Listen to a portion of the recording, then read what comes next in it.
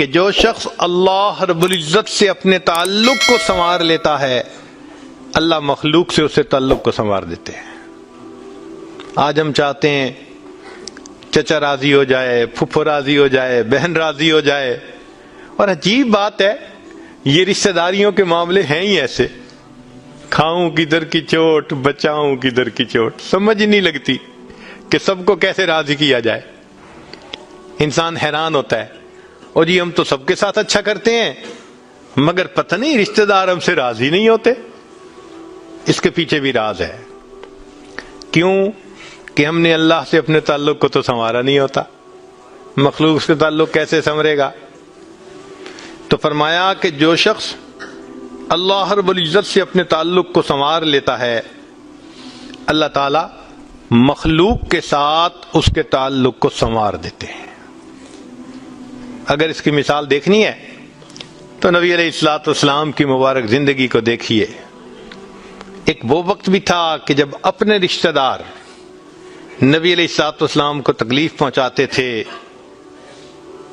آپ بازار میں آگے آگے دعوت کا کام کرتے تھے اور پیچھے آپ کا چچا ابو لہب لوگوں کو کہتا تھا کہ یہ شخص غلط بیانی کر رہا ہے، تم اس کی بات مت ماننا، اپنے مخالفت کرتے تھے۔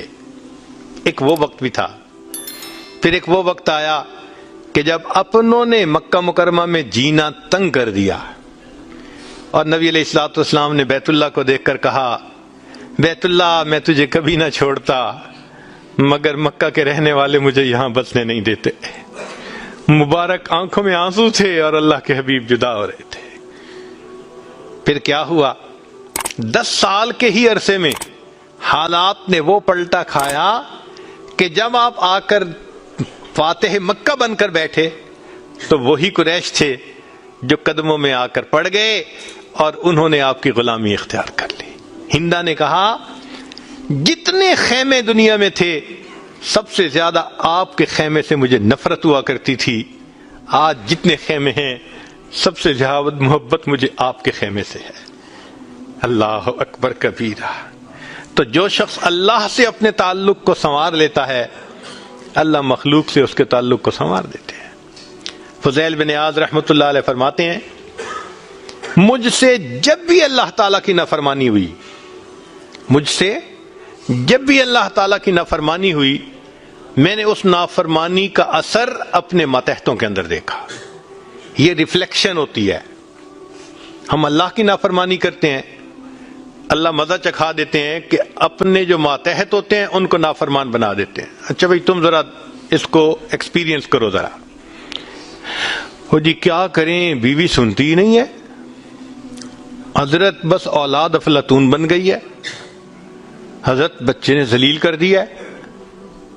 کیوں شکوے ہوتے ہیں ہمیں کہ ہمارے ماتحت ہماری نہیں مانتے جبکہ ہم اپنے آقا کی نہیں مان رہے ہوتے۔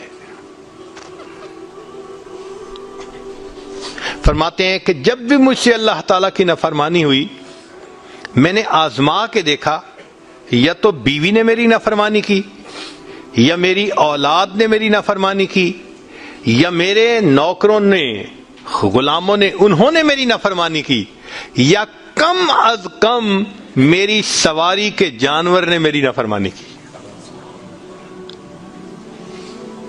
یہ ہے عدل کا بدلہ۔ اپنے آقا کی نافرمانی کریں گے اللہ تعالیٰ ماتحتوں کو نافرمان بنا کر دکھائیں گے۔ اس لیے اولاد کے شکوے کرنے کی ضرورت نہیں ہے، بیوی کے شکوے کرنے کی ضرورت نہیں ہے۔ سمپل سی بات ہے، اللہ رب العزت سے اپنے تعلق کو سنوار لیجئے، اللہ تعالیٰ مخلوق سے ہمارے تعلق کو سنوار دیں، سب کے دلوں میں محبت ڈال دیں گے۔ سیدنا امیر معاویہ رضی اللہ عنہ نے خط لکھا ام المومنین سیدہ عائشہ صدیقہ رضی اللہ تعالی عنہا کو کہ ام المومنین آپ امت کی ماں ہیں، آپ مجھے کوئی نصیحت فرمائیے۔ اور واقعی ام المومنین نے نصیحت کرنے کا حق ادا کر دیا۔